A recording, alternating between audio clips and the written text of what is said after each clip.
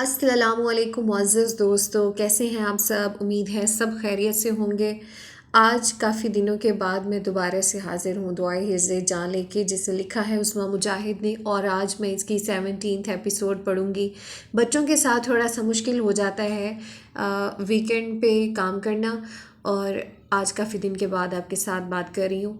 اپنی قیمتی رائے کا اظہار ضرور کیا کیجیے، میرے لیے بہت امپورٹنٹ ہوتا ہے تاکہ میں اپنے کام کو اور بہتر طریقے سے کر سکوں۔ آپ سب کی نوازش، تھینک یو۔ زاویہ، آخر تم کیا کر رہے تھے رمل کے ساتھ وہاں؟ سمینہ شاہ کی مشکوک آواز پہ زاویہ کا دل چاہ رہا تھا خود پہ 100 بار ملامت کرے۔ اماں، ایسا کچھ نہیں تھا جس طرح کی کہانی بنتے پیش کی جا رہی ہے۔ مریم شاہ مجھے نیچا دکھانے کو کسی حد تک بھی جا سکتا ہے۔ یہ محض اس کے انتقام کا حصہ تھا جس نے ہماری بے خبری کا خوب فائدہ اٹھایا ہے، وہ کنپٹی مسلتے ہوئے بولا تھا۔ منہاج شاہ تو جیسے بیٹیوں سے جان چھڑانے کے در پہ نظر آتا ہے۔ کیا سوچا تم نے پھر اس بارے میں؟ اماں، اس معاملے میں کچھ نہیں بولنا چاہوں گا، جو محض غلط فہمی کا مرہون ہے۔ فی الحال میں نور العین کو لے کے بہت ڈپریس ہوں، پلیز اس ٹاپک کو آپ رہنے دیں۔ وہ حد درجہ بیزار سا نظر آیا تھا۔ ایک دن کے ہاسٹل سٹے کے بعد نور العین کو ڈسچارج کر دیا جانا تھا، اس لیے وہ سبھی ہاسپٹل میں تھے۔ جب سمینہ شاہ نے موقع دیکھتے ہی اسے جا لیا تھا، پر اسے تو جیسے کسی سے بات کرنے کی چاہ ہی نہیں رہی تھی۔ وہ دوبارہ اس کے کمرے میں آیا تو وہ جو سمین آپی سے بات کر رہی تھی زاویہ کے اندر آتے ہی خاموش ہو گئی تھی۔ سمین انہیں پرائیویسی دینے کی غرض سے اٹھ کے گئیں تو وہ کروٹ بدلتے اس کی جانب پیٹ کر گئی۔ ناراضگی ہنوز قائم تھی۔ زاویہ نے بیڈ پہ بیٹھتے ساتھ ہی اس کی کمر میں بازو حمائل کیے بہت احتیاط سے اس کا رخ اپنی جانب موڑا تھا۔ اس کی قربت، اس کا لمس نور العین کے منجمد جذبات کو پل میں پگھلا گئے تھے۔ وہ اٹھ کے بیٹھتے اس کے گلے لگتے رو دی تھی۔ ابھی سمین شاہ سے ان رشتوں کی نزاکتوں پہ اعتماد رکھنے کے لیے طویل لیکچر دے کے گئی تھی، جس نے اس کے کم عمر کچے ذہن پہ فوراً اثر کیا تھا۔ نور العین پلیز! اس کے ٹوٹ کے رونے پہ زاویہ شاہ تڑپا تھا، جبھی اس کے گرد اپنے بازو کا حصار باندھے اپنی موجودگی کا احساس دیا تھا۔ ہم آپ کی بیوی ہیں شاہ، اور ہم اپنی جگہ کسی اور کو نہیں لینے دیں گے، چاہے جو کچھ بھی ہو جائے۔ بھلے سے منہاج انکل رمل آپی کو مار دیں، ہم آپ کو کسی سے شیئر نہیں کر سکتے۔ شاہ، سنا آپ نے؟ کبھی نہیں۔ ہمیں سسکتی سانسوں کے ساتھ زندہ نہیں رہنا ہے، ہمیں سمینہ تائی نہیں بننا ہے۔ اس کے دل کی بغاوت نے سر چڑھ کے بولا تھا کہ زاویہ شاہ صرف اس کا ہے، جبکہ الفت کے اس راز کا یوں عیاں ہونے کا مرحلہ زاویہ شاہ کے لیے بے حد مسرور کن تھا۔ نور العین، یہ کس نے کہا آپ کو کہ ہمیں آپ کی جگہ کسی اور کو دینی ہے؟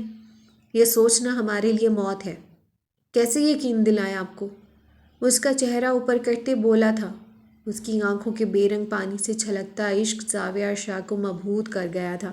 آپ ان کے ساتھ کیوں تھے ہوٹل میں؟ وہ شدت سے چلاتے ہوئے بولی تو زاویہ شاہ کی ساری خوشگمانی بھگ سے اڑی تھی۔ وہ جو ہر ایک کو جواب دیتا پھر رہا تھا، ابھی بھی مریم شاہ کی لگائی آگ کی راکھ باقی تھی۔ زاویہ نے بپھری شیرنی کو سینے سے لگائے آہستہ آہستہ پورا واقعہ کہہ سنایا تھا۔ یہ شاید پہلی بار تھا کہ وہ اتنی تسلی سے اسے سن رہی تھی، کیونکہ زاویہ شاہ کی کئی قسموں نے اسے حد پہ روکا تھا، جبکہ اس کا اصرار پاتی وہ ہکا بکا تھی۔ ڈاکٹر میر اس حد تک جا سکتے ہیں، ہم سوچنا نہیں چاہتے ہیں۔ زمل کیسی ہے اب؟ وہ ہم سے ملنے کیوں نہیں آئی ہے؟ وہ بھیگی پلکوں سے بولی تو زاویہ نے اس کی پلکوں کو چومتے پھر سے موندنے پہ مجبور کیا تھا۔ کیونکہ یہ آپ کا گھر نہیں ہے، بلکہ آپ کو بہت جلدی ٹھیک ہو کے گھر پہنچنا ہے، اس لیے۔ اور ویسے بھی میں یہی چاہتا ہوں کم از کم وہ مریم شاہ کے ڈر سے باہر آنے کے لیے کچھ وقت لیں۔ زاویہ نے اس کے بال سنوارتے ہوئے کہا تھا۔ اس وقت وہ اسے کسی بگڑی بچی کی مانند ہی ٹریٹ کر رہا تھا۔ کتنی مشکلوں میں آ گئی ہے نا زمل بیچاری، وہ افسوس کرتے بولی تھی۔ اور ہمارا کیا، جہاں گھر سے باہر دشمن اپنی جال بچھاتا ہے تو دل کی مکی لڑکی بھی آزمائشی پیدا کرنے میں پیچھے نہیں رہتی۔ اس کے ہلکے سے شکوے پہ وہ فوراً اس کا بازو تھام گئی تھی۔ I'm sorry، ہم نے آپ پہ شک کیا، وہ ندامت زدہ انداز اپنائے ہوئے تھی۔ خیر، یہ تو ہم جانتے تھے چچی جان کی نورے جان کبھی کسی کا ادھار نہیں رکھتی ہیں، یقیناً آپ نے ہمارا ادھار سود سمیت واپس کیا ہے۔ زاویہ کے شرارتی انداز پہ وہ اسے گھور کے رہ گئی تھی۔ جب دروازے پہ ہوئے کھٹکے پہ زاویہ نے فوراً اس سے دوری اختیار کی تھی۔ آنے والی نرس تھی جو اس کی ڈریسنگ کو دیکھتے اس کے ڈسچارج پیپر بنا رہی تھی۔ اگلے 2 گھنٹوں میں وہ شاہ مینشن کے لیے روانہ ہو چکے تھے۔ رمل آپی، آپ کو شاہو جان کو سچ بتانا چاہیے تھا۔ یہ صرف ڈاکٹر میر کی سازش تھی۔ آپ کی چپ کی وجہ سے زاویہ لالا کی پوزیشن مشکوک ہو رہی ہے۔ زمل کو رمل کی چپ غصہ دلا رہی تھی۔ اگرچہ گھر میں کوئی بھی اس کی طرف نہیں بڑھا تھا، مگر سمین جو زاویہ کی انسٹرکشن پہ اس کے پاس آئی تھی اور جاتے ہوئے تمام معاملہ بتا گئی تھی، تو زمل فوراً بہن کے پاس آئی تھی۔ میں اچھے سے جانتی ہوں مجھے کہاں بولنا ہے اور کہاں نہیں، تم اپنے کام سے کام رکھو۔ رمل کی سیلفشنس زمل کو حیران کر گئی تھی۔ آپ کی چپ کی وجہ سے عین آپ ہی ہاسپٹل میں ہے؟ بالکل نہیں، وہ اپنی جیلسی اور شکی طبیعت کی وجہ سے وہاں ہے، رمل نے نخوت سے کہا تھا۔ آپی، زمل تم اپنے معاملات سنبھالو، مت بھولو کہ اگر زاور شاہ اور میں اگر آج کسی مصیبت کا شکار ہیں تو وجہ وہ تمہارا جھوٹ بنا ہے جو تم نے کال کر کے بولا تھا۔ رمل نے تنزیہ کہتے ہوئے وہاں سے واک آؤٹ کیا تھا۔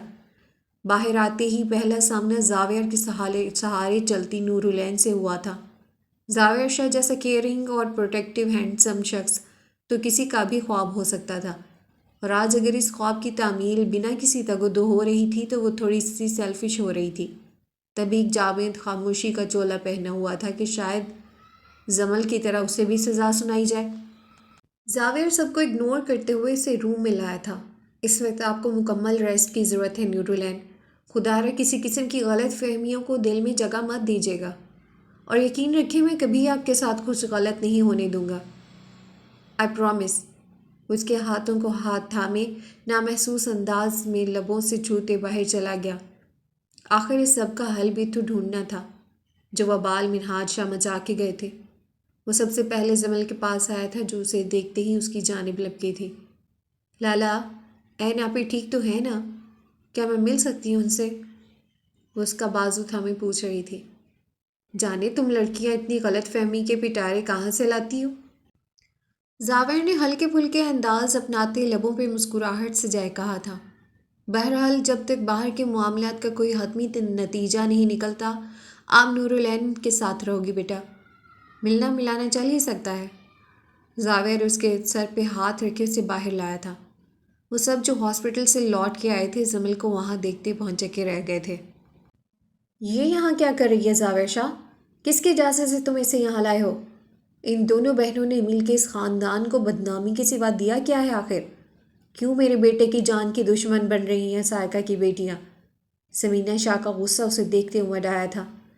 اماں پلیز، مجھے آپ سب کو کچھ بتانا ہے، یہاں بیٹھیں آپ۔ زاویہ ان کے شانوں پہ دباؤ دیتے روشی کو اشارہ کر گیا تاکہ وہ ماں کو سنبھالے۔ آہستہ آہستہ کرتے سبھی ٹی وی لاؤنج میں جمع ہو گئے تھے۔ گھر کے تمام مرد و خواتین کی موجودگی میں زاویہ نے انہیں قصہ اول سنایا تھا۔ آپ ہی بتائیں شاہو جان، کیا غلطی پر غلطی کرنا ٹھیک ہے؟ مجھے سمجھ نہیں آ رہا منہاج انکل کی کیا ضد ہے، مگر ایک بار میں پھر سے انہیں سمجھانے کی کوشش کروں گا۔ اگر انہیں لگتا ہے مریم شاہ کی طرح میں بھی ان کے دباؤ میں آ کے ان کی بیٹی سے نکاح کر لوں گا تو یہ بالکل غلط ہے، کیونکہ میری فیملی مکمل ہے۔ میں کبھی بھی یک طرفہ لیے جانے والے فیصلوں کا حصہ نہیں بنوں گا، اور نہ کبھی اپنی ذات کا بٹوارہ کروں گا، چاہے اس کے لیے کچھ بھی ہو جائے۔ اس نے گویا بات ہی ختم کر دی تھی، کوئی کچھ بھی نہ بول سکا تھا۔ رمل تیش زدہ سی بیٹھی رہ گئی تھی۔ سب سے زیادہ اسی زدوں کو ان کا نشانہ بنایا گیا تھا، پر حاصل کچھ بھی نہیں ہوا تھا۔ چپ رہ کے بھی نقصان ملا تھا۔ زاویہ اور منہاج شاہ کو یہ سب سمجھانا اتنا آسان نہیں ہے، اور خاص طور پر جب زمل کا حوالہ دیا جائے گا تو بات اور بگڑ جائے گی۔ وہ زمل سے اپنا جینا مرنا ختم کر چکا ہے۔ شاہو جان نے منہاج کی سوچ کا دیوان کھولا تھا جو سچ ہی تھا۔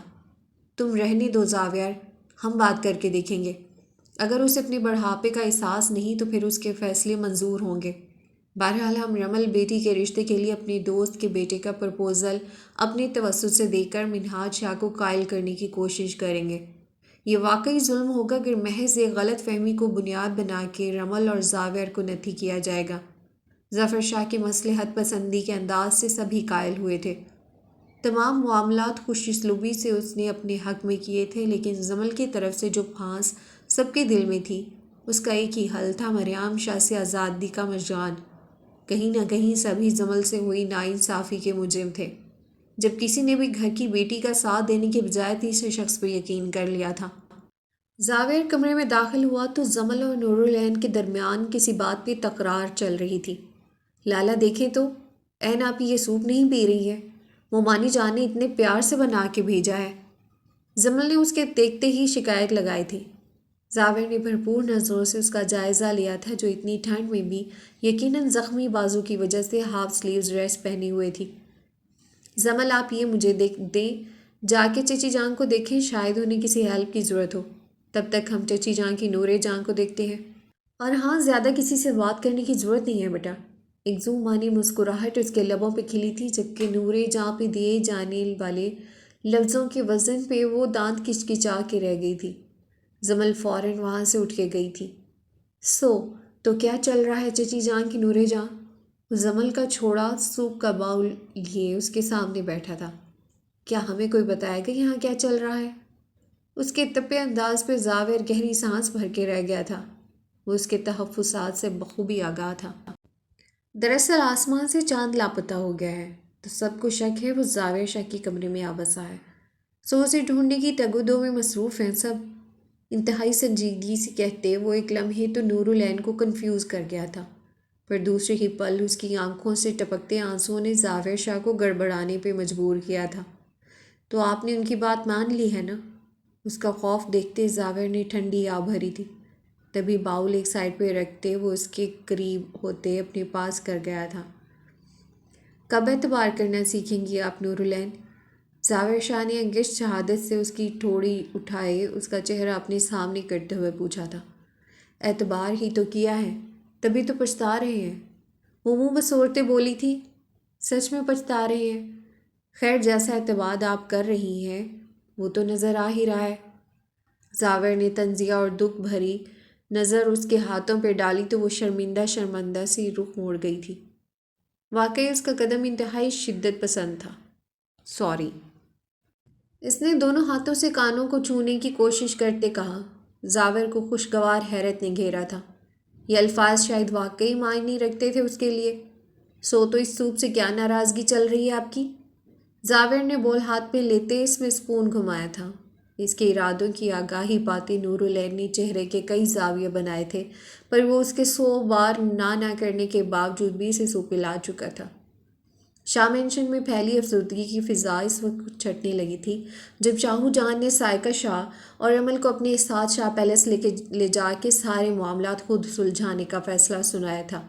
ان کے واپس جاتے ہی ایک بار پھر سے شاہ مینشن میں زمل، شہیر اور نورالعین کی چہچہاہٹ گونجنے لگی تھی۔ زاویر رات گئے واپس آتا تو ماں سوائے سونے کی اور کوئی کام نہ ہوتا تھا۔ اس دن وہ جلدی گھر آ گیا تھا، کیونکہ اسے نورالعین اور زمل کو کالج واپس جوائن کرنے کے بارے میں بات کرنی تھی۔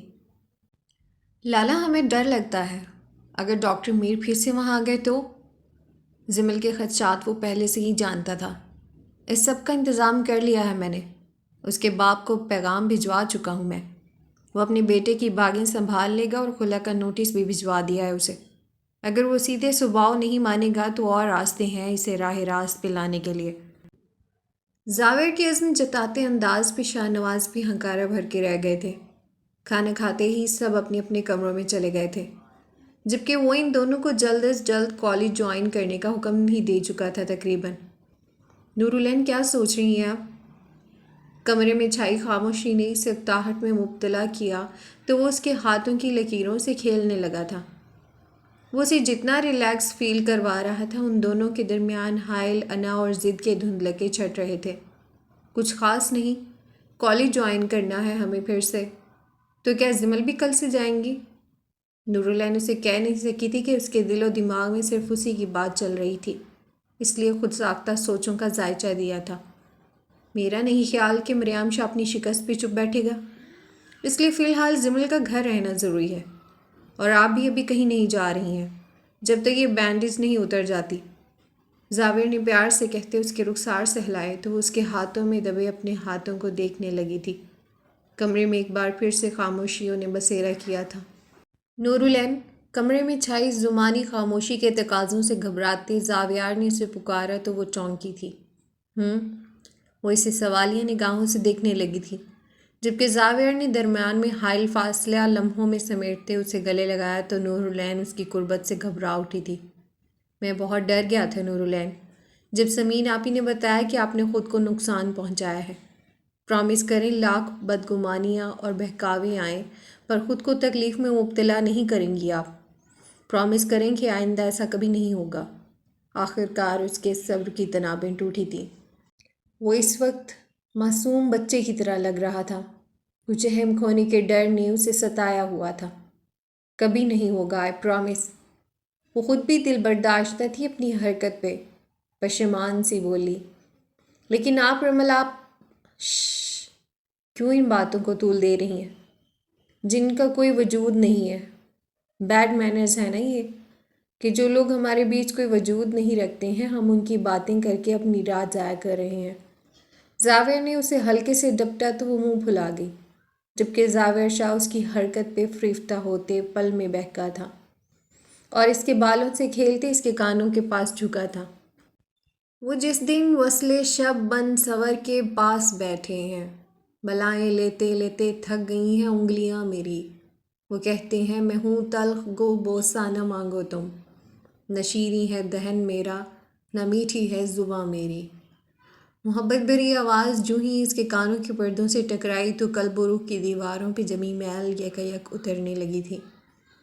زاویہ شاہ کی بڑھتی جسارتوں پہ جسم و جان کے پیچ و خم نکلنے لگے، آنکھوں میں حیات کی شمعیں جلنے لگی۔ اس کے بوسوں سے مزین ہوتے ہونٹوں پہ سرخ گلاب کھلنے لگے، رخساروں پہ حیائیں محو رقص ہوئیں اور دھڑکنیں خدا کا شکر بجا لانے لگی تھیں کہ بروقت وہ لوٹ آئی تھیں۔ جاں فشاں ایک بار ہم نے ایک عرضی پیش کی تھی، کیا ہمیں چچی جاں کی نور جاں کو اپنی نور جاں بنانے کی اجازت ہے؟ ایک بار پھر سے تقاضوں میں ڈھلتی شب یلدا نے اس کی سفارش کی تھی۔ وہ بلش کرتی چہرہ جھکا گئی تھی۔ زاویہ شاہ کو بھی کسی اجازت کی ضرورت پڑ رہی ہے؟ سٹرینج نا؟ وہ شرارتی ہنسی سے بولی تھی، لیکن دوسرے ہی پل زاویہ نے اس کی ہنسی کو اپنے ہونٹوں پہ چنا تو وہ نظریں چرا گئی تھی۔ جب آپ ہنستی ہیں تو یوں لگتا ہے جیسے فلک پہ ستارے اٹکیلیاں کر رہے ہیں، آپ کا تبسم نت نئی کہکشاؤں کو جنم دیتا ہے۔ زاویہ نے اس ہنسی کا خراج ان لبوں پہ گل کھلاتے دیا تھا۔ جب اس کی شدت آپ بھر کے رہ گئی تھی، زاویہ شاہ کی کیفیت مانو انگنت سے آرچے معرض وجود میں لانے کا سبب بن رہی تھی۔ شاہ، ہم بہت گستاخیاں کر لیں ان ہونٹوں نے نورے جاں، اگر ان کی سزا نہیں بڑھانا چاہتی تو ہمارے ساتھ تعاون کریں، تعمر بندہ نہ چیز مشکور رہے گا آپ کا۔ وہ اس پہ اپنا مضبوط سایہ کرتے اس کی معدوم ہوتی سانسوں میں راحت و قرار کی نئی روح پھونک رہا تھا۔ اس کی مبہم سرگوشیاں نورالعین شاہ کی زندگی کی روشنیاں بڑھانے میں معاون بن رہی تھیں۔ تیری خاموشی زہر قاتل ہے۔ زاویہ نے اس کے شیمپو کی مہک میں رچے بالوں میں اپنا چہرہ چھپاتے کچھ بولنے کی استدا کی تھی۔ اس کے لب و لہجے کی استدا میں وہ سر تسلیم خم کیے ہوئے تھی۔ نورالعین کی دھڑکنوں کا جل ترنگ بکھیرتا ساز اور زاویہ شاہ کی سانسوں کا سنگیت ان دونوں کے وجود شاداب کر رہا تھا۔ وہ آج ان قباؤں کے راز کو ڈھونڈ چکا تھا جن کے لیے وہ بارہا سوالی بنا تھا، اور یہ اس کا حق تھا جس پر کہ اسے مکمل سپردگی سے حق سے نوازا گیا تھا۔ بیتی شب کی صبح بے حد حسین تھی کیونکہ اس کی دعائے حرز جاں اس کے پہلو میں لیٹی تھی۔ زاویہ شاہ نے بے حجاب سے نورالعین کو خود میں سمویا تو وہ کسمسائی تھی، پر اس کی گرم سانسوں کی تپش پہ اس نے مندی مندی آنکھوں سے اپنا مسکن ڈھونڈا جو زاویہ شاہ کا چوڑا سینہ تھا۔ گزری شب کی حشر سامانیوں نے اپنا جلوہ دکھایا تو وہ اس کا سامنا کرنے کی لاج سے سرخ پڑتی خود کو سر تپیر کمفرٹر میں ڈھک گئی تھی، جبکہ زاویہ اس کی ادا پہ مسکرا اٹھا تھا۔ پھول لڑ پڑے ہوں گے آپس میں یقیناً، گلستان سے جب بھی تو گزری ہوگی، محجبیں تیرا حجاب جب الٹا ہوگا، چاند تاروں میں جنگ تو چھڑی ہوگی۔ زاویہ نے اس کے کانوں کے قریب لب لے جاتے ہلکی سی شرارت سے کہا تو اس کے سینے پہ مکہ برس آ گئی تھی، پر دوسری ہی پل اپنی تکلیف پہ تڑپی تھی۔ ڈیم میری شیرنی، اس کا انداز صاف چڑھا رہا تھا۔ پلیز شاہ، تنگ نہ کریں، ہمیں آپ سے بہت شرم آ رہی ہے۔ وہ نورالعین شاہ تھی، پاکیزہ روح کی حامل، صاف شفاف جذبے رکھنے والی لڑکی کی اوائل جذبوں سے گندی چاہت۔ زاویہ اس کی بات پہ کہکا لگا گیا تھا۔ کیوں شرم کیوں؟ کچھ بھی تو ایسا انوکھا نہیں جانا ہمارے درمیان جو دنیا کی ریت سے ہٹ کے ہو۔ اس کے لب نور العین کی ناک میں چمکتی لونگ کو بار بار مس کر رہے تھے۔ گزری شب کی شدتوں کے نشان ابھی تک اس کے وجود کا حصہ تھے اور صبح صبح پھر سے اسے پٹڑی سے اترتا دیکھ اس نے اپنے بچاؤ کے لیے کچھ حفاظتی اقدام کرنا چاہے، پر زاویہ نے اکھاڑے کے پہلوان کی مانند اسے پل میں زیر کرتے، اس پہ جھکتے اسے اپنی باہوں کے گھیرے میں لاک کیا تھا۔ شاہ ہم بیمار ہیں، وہ منمناہٹ بھرے انداز میں بولی تھی۔ جی جانیے شاہ، آپ کے ہر مرض کا علاج ہے ہمارے پاس۔ زاویہ کے ظلمانی انداز پہ وہ بلش ہوئی تھی، جبکہ اس کی ادائیں اور پھر ناز نخروں کے ساتھ سرخ پڑتے چہرے نے زاویار کو اس کا دیوانہ بنایا تھا۔ اس کی بے پایاں محبتیں نور العین کو تھکے ہارے مسافر کی مانند اس کے چوڑے سینے کو اپنا مسکن بنانے پہ مائل کر رہی تھیں۔ اگر ہم ہمیشہ آپ کو ہم قدم پاتے تو اپنے سارے وسوسے آپ کی نظر کرتے جن کی نظر ماہوں سال گزرے ہیں۔ وہ افسردہ ہوئی تھی تو زاویہ شاہ نے اسے بازوؤں سے پکڑ کر سامنے کیا، پیشانی پر بوسہ وارا تھا۔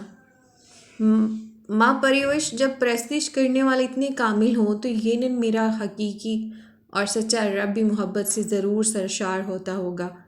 وہ رب بھی یقیناً وارفتگی سے اپنے سارے در اپنے بندے کے لیے کھول دیتا ہوگا، پھر اپنے بندوں کو وہ کب تک خالی ہاتھ رکھتا؟ گھمبیر آواز میں کہتے زاویہ نے شدت دیوانگی میں اسے اپنے ساتھ لگا لیا۔ آپ واقعی محبت کے قابل ہیں زاویہ شاہ، ہمیں ڈاکٹر میر کی سوچ پہ ترس آتا ہے، کیسے آپ کے خلاف بنی ان کی ہر چال ناکام ٹھہرتی ہے اور آپ کے اپنوں کا بھروسہ آپ پر بڑھ جاتا ہے۔ وہ دل سے اس شخص کی گرویدہ ہوتے جذب کے عالم میں بولی تھی۔ زاویہ کا سیل بجا تو چاروں ناچاروں سے فریش ہونے کے لیے جانا پڑا تھا، جبکہ وہ اپنا بکھرا سراپا سمیٹتے ڈریسنگ روم کی طرف بڑھی تھی۔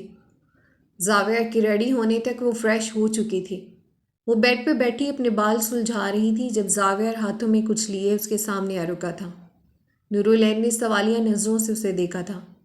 یہ تو ہماری پازیب، مجھے ان کی آواز سننا اچھا لگا تھا، لیکن وہ موقع نہیں تھا، پر شاید آج مجھے آپ کی ہنسی میں پازیب کی جلت رنگ بھی چاہیے، اور یہ گھر کی چار دیواری میں ہمیشہ آپ کے پاؤں کی زینت بنی ہوئی ہونی چاہیے۔ زاویہ کے کہنے پہ وہ سر جھکا گئی تھی۔ جس نے اتاری تھی پہنائے گا بھی وہی، اس نے اٹھلاتے ہوئے کہا تھا۔ سزا دینا مطلوب اس کے شوق پہ حد بندیوں کا۔ اس شرط پہ نہ رہی نورے جاں، بہت مشکل ہو جائے گی آپ کے لیے۔ زاویہ نے اس کے کندھے پہ چہرہ ٹکائے کہا تھا۔ وہ ناسمجھی سے دیکھنے لگی تھی، پر زاویہ کی اگلی حرکت اسے دم بخود کر گئی تھی، جبکہ وہ کسی معمول کی مانند اسے بیڈ پہ بٹھائے خود زمین پہ بیٹھا تھا اور اس کے پاؤں اپنے گھٹنوں پہ رکھتے اس کے پاؤں میں پائل باندھی تھی۔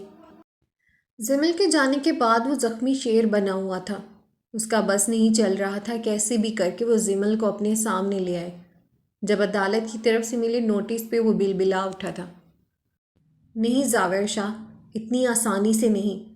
وہ لڑکی میری ضد ہے، اسے لانے کے لیے مجھے جس حد سے گزرنا پڑا تو گزر جاؤں گا، لیکن زمل مریم شاہ کی ہے، تم اسے چھین نہیں سکتے مجھ سے۔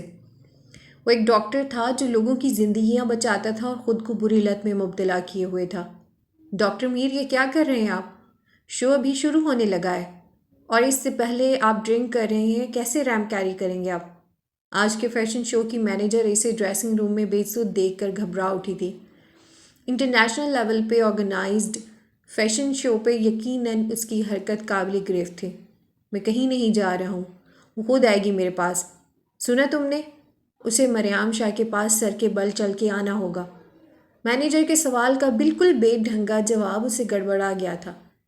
وہ سر تھامے وہاں سے نکلا تھا۔ مریم نے اپنے حواسوں کو مجتمع کیا اور باہر آیا تھا، جہاں مختلف ماڈل لڑکے لڑکیاں ریمپ پہ اٹھلا کے واک کرتے اپنے جسموں پہ لگے پیوند کری جیسے لباس کی نمائش کر رہے تھے۔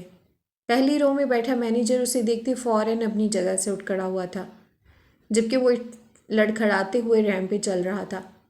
لوگوں میں چمگوئیاں ہو رہی تھیں جب دو ماڈلز بڑی انداز سے واک کرتے ہوئے اس کے قریب جھکتے اس کے دونوں بازو تھامے ہوئے اسے واپس لے جانے لگی تھی، کیونکہ وہ ڈرنک تھا اور یہ چیز ان کا شو خراب کر رہی تھی۔ تم آ گئی نا، مجھے پتا تھا تم ضرور آؤ گی۔